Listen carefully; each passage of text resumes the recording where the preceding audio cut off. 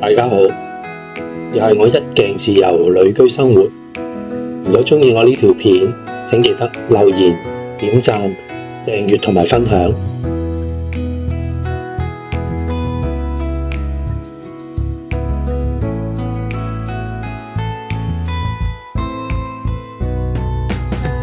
回程返嚟高樂碼頭落船，上船嗰陣比較急，冇留意到附近原來都有唔少商鋪，隔離仲有間寺廟，跟住同大家逛一逛，參觀下呢間好有特色嘅寺廟，之後再去邦盛海灘。大家記得睇到尾。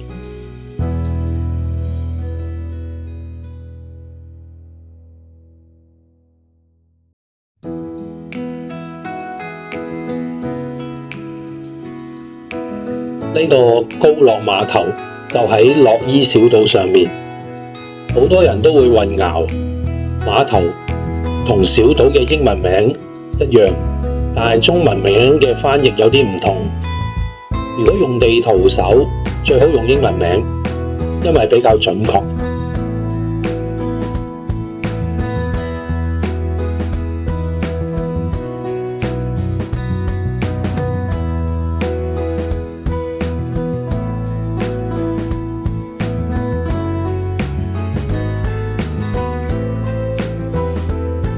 依家行緊嘅呢間寺院就係雅高樂寺。呢間寺院好特別，融合咗泰式佛寺同埋華人廟宇嘅兩種風格。除咗泰佛大殿之外，仲供奉咗觀音、黃大仙、關帝等。咁啱經過觀音像正在做緊維修保養，祭祀區域嘅照常開放，大家仍然可以入去參拜祈福。好多泰國家庭專登嚟到呢度參拜。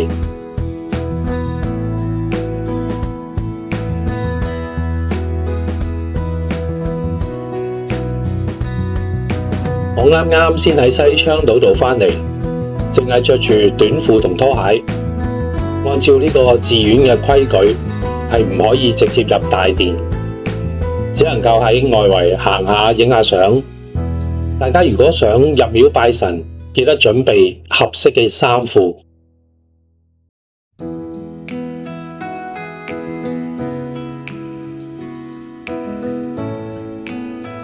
寺院嘅主樓層地勢係比較偏高，企喺上面嘅觀景位可以望晒成個海灣，海面可以睇到貨輪出入。天氣好嘅話，仲可以遠遠睇到西昌島。呢度遊客唔算多，環境亦都非常幽靜。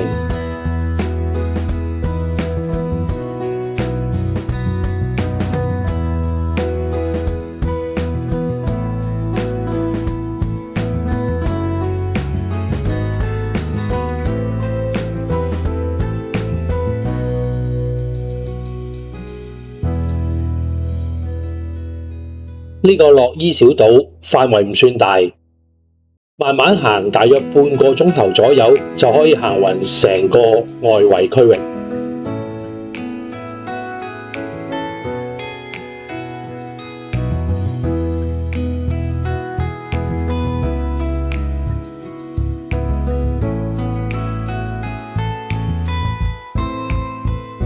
睇完呢個雅高樂寺，準備離開樂伊小島，沿路行出去呢條橋叫做超柏雅素拉沙蒙提大橋，呢個名真係好長。過咗呢條橋就搭車去邦盛海灘，由士拉差呢邊過去大約40分鐘車程，交通都算方便。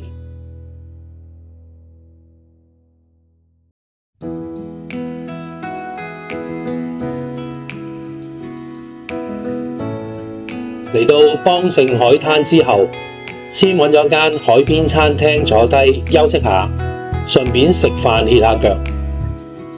今日天氣非常之熱，所以揀咗室內位置坐。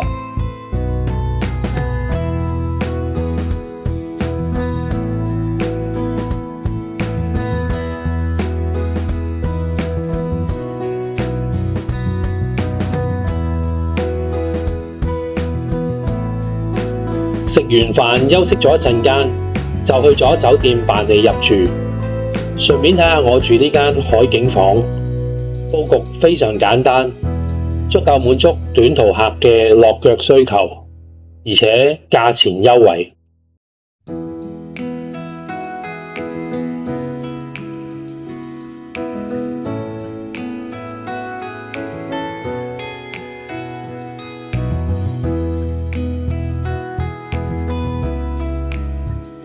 行出房間嘅露台，眼前就係一片開闊嘅海景。喺呢度睇海景，簡直係人生一大享受。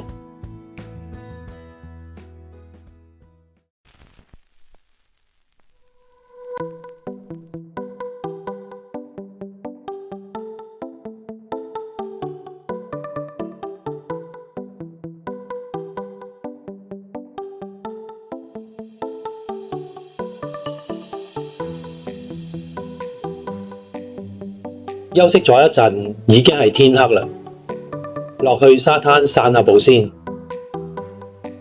同西昌島相比，呢度海水唔算清，亦都唔適合浮潛，但係勝在本地人為主，外國遊客唔多，氣氛都相當接地氣。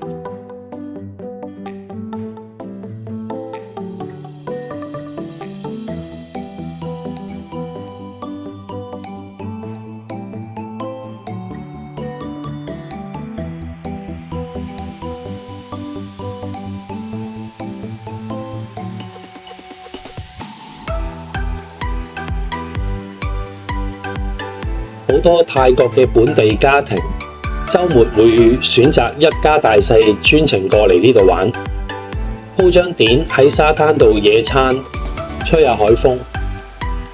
大家如果想避開旅行團，鍾意感受下本土日常，檳城海灘其實係好值得安排落去嘅行程。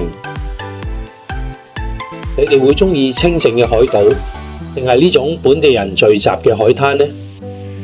留言話俾我聽。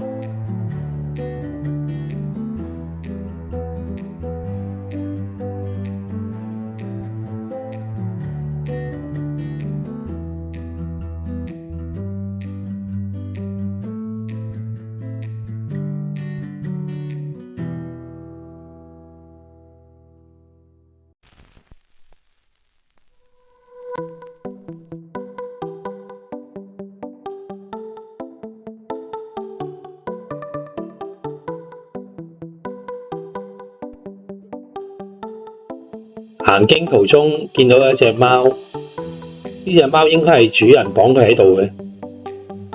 行埋去諗住睇下佢，佢即刻喺度撒嬌。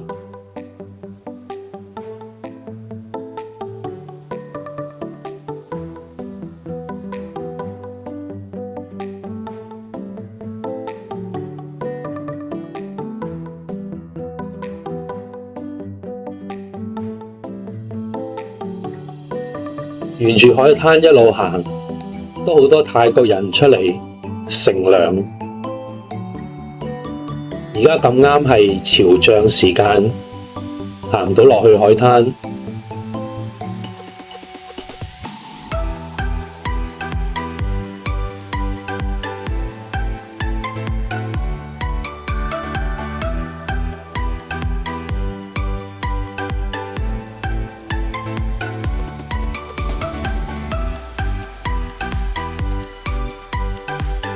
喺沙灘散完步，跟住入咗嚟呢間餐吧食晚飯，入邊有樂隊現場演奏，裝修風格有啲西部牛仔嘅氣息，一邊食嘢一邊聽歌，氣氛都相當唔錯。喺我差不多食完飯，預備離開嘅時間，人反而越嚟越多，呢啲地方都係越夜越熱鬧。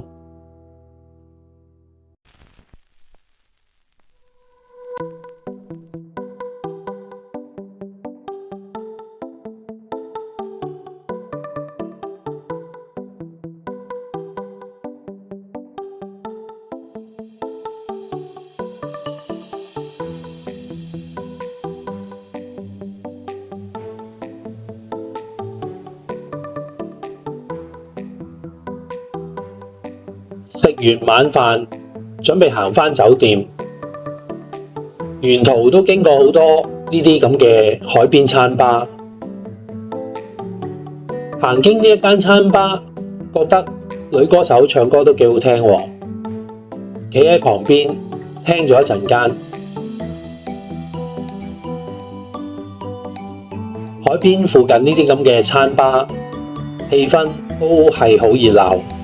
今日並唔係週末，亦都唔係公眾假期，泰國人玩就係咁隨心。